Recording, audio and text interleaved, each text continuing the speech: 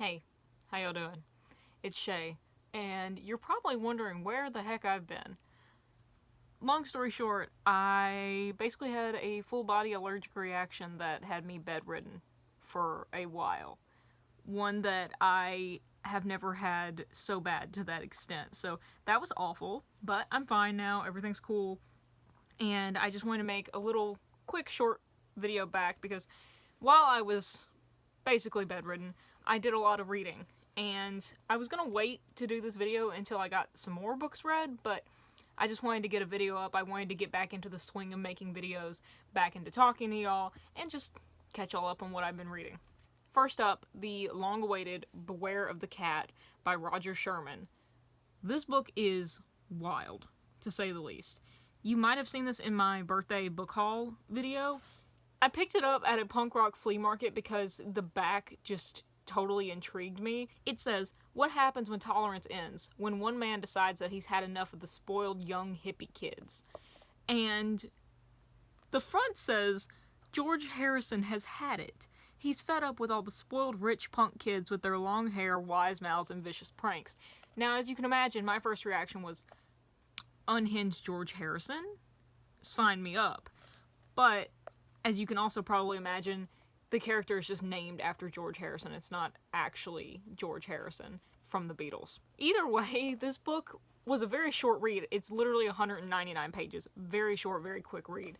I enjoyed it.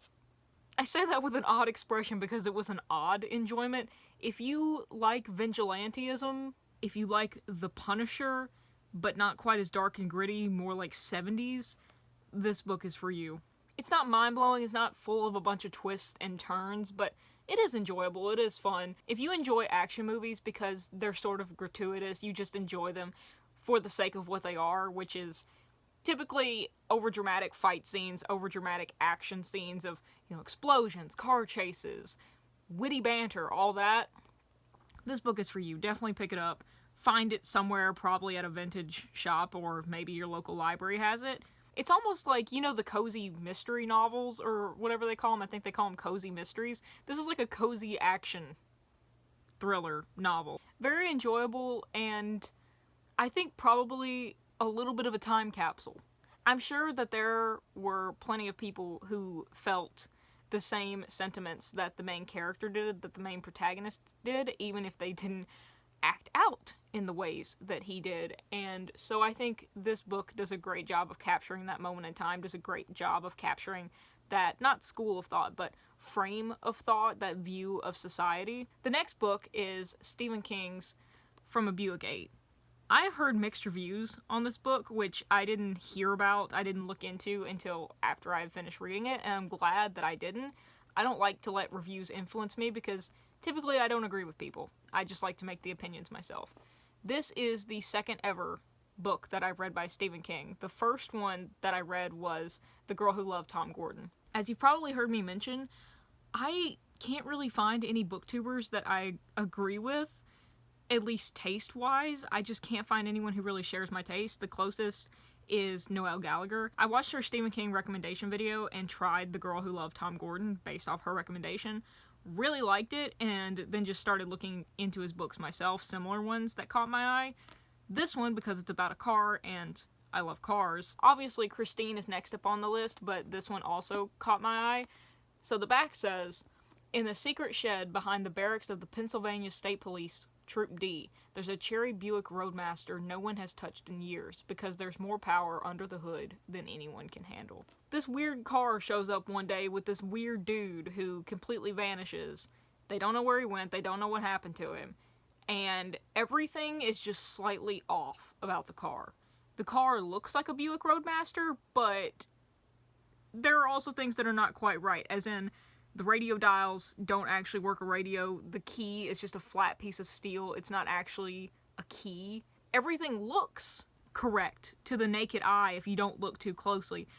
But, again, things are not as they appear and things don't actually work. The car starts playing Spore, I think is the best way that I can describe it. They basically SCP containment this car. This car is an SCP of its own caliber, and it just starts playing Spore.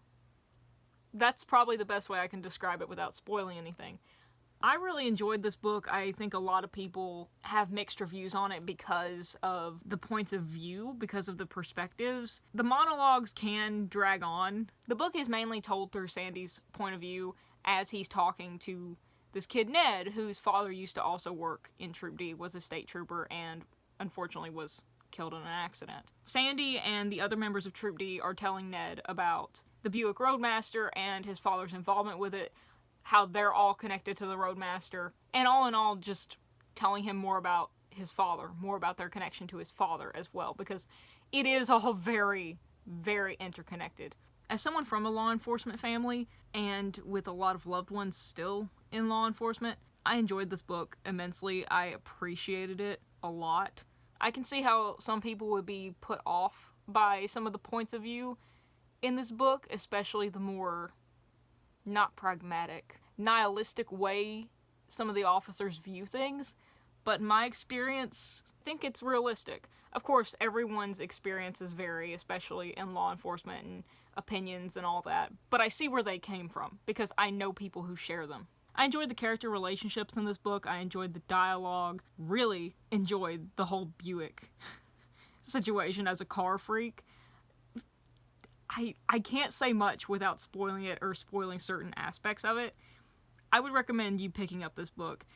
I didn't think it was that hard to read. I thought it was a pretty easy read. It's pretty easy to follow along. There's nothing complicated or mind-bending in here. It is sort of fantastical, sort of sci-fi, but nothing overwhelming. Some warnings, because it is heavily based around law enforcement, there are a lot of trigger warnings that I would give you. There is violent death. There is dog death. I'm just going to go ahead and say that. They mention that early on in the book, so I'm preparing you ahead of time. There's violent human death. There is violent dog death. There are mentions of domestic abuse, domestic assault, all kinds of bodily harm, whether self-inflicted or otherwise inflicted. So read up on that before you pick up this book if you're sensitive to those topics, because sometimes they do go into gritty detail about that. Sometimes it's a passing mention. So before you pick up this book, look into those warnings. Keep yourself safe. Don't do any harm. Otherwise, highly recommend this book. I really enjoyed it. I'll probably reread it sometime down the road. I don't reread a lot of books often, but I enjoyed this a lot. Next, I'm hoping to pick up Christine, and I don't know if I'm going to enjoy it more than this book. I certainly enjoyed the movie, but I guess we'll have to see. Next up, The Catcher in the Rye. Yes, ladies and gentlemen, all configurations of being, I have read The Catcher in the Rye. I know this is a red flag book for many people. It becomes a red flag book when people say it is their favorite book, especially males, apparently. I can see why, but also, I don't know if that makes me sus. I don't know if that raises red flags about me. Holden Caulfield, I don't think that he is someone that should be idolized. I'll go ahead and say that right now. I did enjoy this book. Let me get that out of the way. I did enjoy this book. Not one of my favorite books, but I enjoyed it. It was fine. That may sound contradictory, but I enjoyed it a lot more than I thought I was going to enjoy it. I thought I was going to very much dislike it because of all the red flags people say that this book gives off, but for a classic, I enjoyed it. Don't think I'll be rereading it, but I didn't hate it. I think overall I gave it like a 6 to 7 out of 10. So, above fine, but also not amazing. Okay, now, Holden Caulfield. He's not someone that should be idolized, but also I don't think we should burn him at a stake. I would say that Holden Caulfield strikes me as the stereotypical edgy middle school boy or edgy freshman boy in high school. That's just what he strikes me as, and very stereotypical, but that's just what he strikes me as. Everything is edgy with him, everything is like, gosh, everything can be shrugged off, everything is nihilistic. It's his way or the highway. It's more of just roll your eyes like, okay, no one cares. Like, it's not that big a deal. You're not God's gift to earth. Like, dude, my guy, my brother in Christ. My dude. Also, this book would be so much shorter. This book would probably be 100 pages shorter if you took out several key phrases. And if you've read this book, you know what I'm talking about. For instance, if you took out the I really did or he really did, any version of that, this book would be like 50 pages shorter, because Holden Caulfield would say something like, "This man talked a mile a minute. I swear, he really did. A mile a minute. He really did."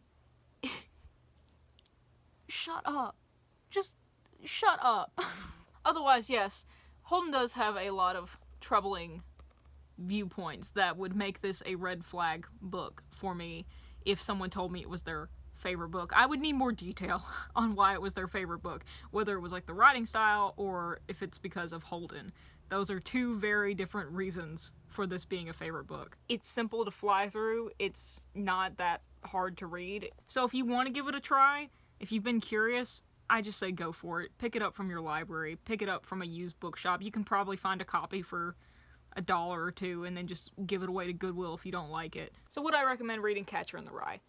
First of all, let me say I totally recommend reading any classic book, if only to get your personal opinions on it, whether you like it, whether you hate it, just so that you can start developing your own literary canon. Because as we know, many books that are considered classics are mainly in the Western literary canon, and so I think it's good to actually read them for yourself and develop your own literary canon. There's a great video I saw on this by a YouTuber who, I cannot remember his name for the life of me right now, but it'll be in the description, because he has a whole great video about developing your own literary canon, and to do that, going through what is considered the actual canon is a good way to start. As these books are part of a canon, it means they have some sort of major significance, major importance, for whatever reason it may be, their influence on society, their writing, their style, and your own personal canon is developing those books that have a significant meaning for you.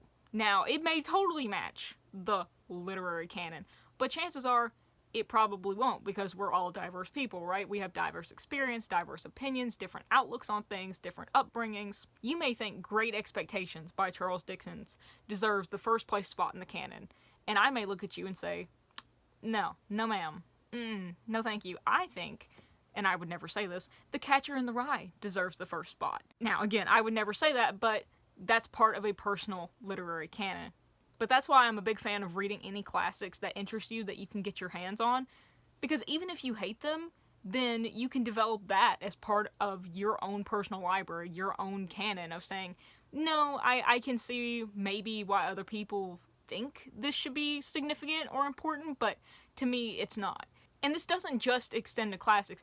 Any book can be part of your literary canon. From a Buick 8 can be part of my significant literary canon, even though it's not considered part of the main canon. I think if you're interested in reading it, if you're interested in seeing what all the hubbub is about, what the red flags are about, by all means, go for it. If you're just into classics, you want to read more classics, I think it's a very accessible classic. I think I flew through it. So if you feel intimidated by people like Charles Dickens or The Picture of Dorian Gray, those feel a little bit too highbrow for you, but you want to read classics or you want to start reading classics, I think this is a good place to start. I think the language is, though it can be repetitive, it's easy to understand. Besides that, if you have no interest in it, you're not interested in the thoughts of an edgy high school boy or writings of the early 1900s, don't even give it a look. I think pass on to other classics that may interest you more. The Story of Rock by Carl Belz. I talked about this book a little bit in another video. I really enjoyed this book. This book is about rock and roll, and it was published in 1970, the early 1970s, definitely before 1973, because he talks about the Beatles still being a band. So extremely interesting to read about rock and roll while it was happening. It's so easy for us to look back in hindsight and talk about how rock affected society, or how we think it affected society with Elvis, with the Beatles, with the British invasion. But reading about a perspective on it and how it was changing society as it was happening in the middle of it, so awesome. I did tab a few things that I wanted to talk about with my best friend, who is also an avid rock and roll lover, history lover. This book goes over people who are considered relevant at the time, styles that he considers relevant at the time, how they're changing society, how they're changing within themselves, and where he sees them going in the future. An interesting perspective that I kept thinking about, that I am still thinking about, and I think is totally accurate, is and I'm going to paraphrase this, so I'm sorry, Carl, is the two paths an artist takes. Basically where they become too self-aware or they stay the same. It's presented as a main factor of rock and roll and how rock and roll rises with all of these different artists. And it has to do with folk art. There's folk art and then there's high art, which is art in the sake of being sort of self-aware of itself, art for the sake of art that knows what it is, that knows that it's trying to be art, versus folk art, which comes from just people are doing things because they want to do things. They don't think of it as art, they're just making noise, whatever feels right, whatever feels good to them. And that's the basis for rock and roll, that's the basis for blues, folk, grassroots expression. And again, I'm paraphrasing, but I think that's a very, very intriguing perspective, especially when he puts it in the framework of artists like the Beatles, which is an entire case study in here. But basically, artists start to rise in rock and roll because of their folk art approach. Take Bob Dylan, for example. Bob Dylan or the Beatles. They're making sounds. They don't really know what they're doing. They're not making art for the sake of art. They're not making art to be dissected or anything like that. They're just making noise. They're making songs. They're writing music. Then, as they may get further in their careers, they start to have standards or expectations, maybe, placed on them. They become self-aware of their own, and again, canon. They get self-aware of what they've made before, and they may start trying to build on it. They may start looking back at their past selves as references, and Pet Sounds by the Beach Boys is a good example of this. It's sort of art, not really for art's sake, but it's art that's self-aware that it's being created on itself. They know that they're making this art. I hope I explained that well enough. Again, Mr. Carl Belz does that so much more succinctly than I can, and in such an eloquent way that was very fun to read, and it had me hooked the entire way through. If you can find a copy of this, I found this in an antique store and absolutely devoured it. If you can find a copy of this somewhere online, I'm sure it's out there. Definitely give it a perusal. There are some things that don't hold up, obviously, because he was looking forward from the 70s, trying to predict the future, and that's totally okay. You can't expect him to be a psychic or a fortune teller. But from the perspective of someone who is living in the middle of all this as it was happening, I believe it's a very coherent, very self-aware perspective on everything that was happening. And I believe it was also a very progressive look, because there were plenty of people who were looking down on rock and roll and the future of rock music. But to Carl's credit, he takes it as influential as it is. He sees it as like, hey, this is a thing that needs to be studied. This is not going away. This is not going anywhere. This is impacting our society. And he doesn't look at that in a negative way either. He actually looks at it in quite a positive light, which, again, wasn't totally foreign, but seems like it was in the minority back then of opinions. Very refreshing, very intriguing. Highly recommend a read. As for Black Butler, I'll just say I read the first 2 volumes. I enjoyed them. I'm so glad I picked up this series. It's making me want to rewatch the show just to read along with the manga. I know it doesn't exactly follow, but I'm loving the same characters that I did in the show. I'm having a great time with it. I can't wait to get further into the series. I'll make a longer summary as I get further into the series. I just wanted to give you all a little quick update on the first 2 volumes. So that's going to be it for me. Those are all the books that I have read since I've been gone. I have a couple more that I'm finishing up right now, and I'll do another catch-up video whenever I get those done. But it feels good to be back in the swing of making videos. It feels good to be talking to y'all again. I've got some great stuff coming up, stuff I'm excited for y'all to see and excited to film. But for now, thank y'all so much for watching. I really appreciate it. If you haven't heard it from anyone today, I love you. Love and peace. Until tomorrow.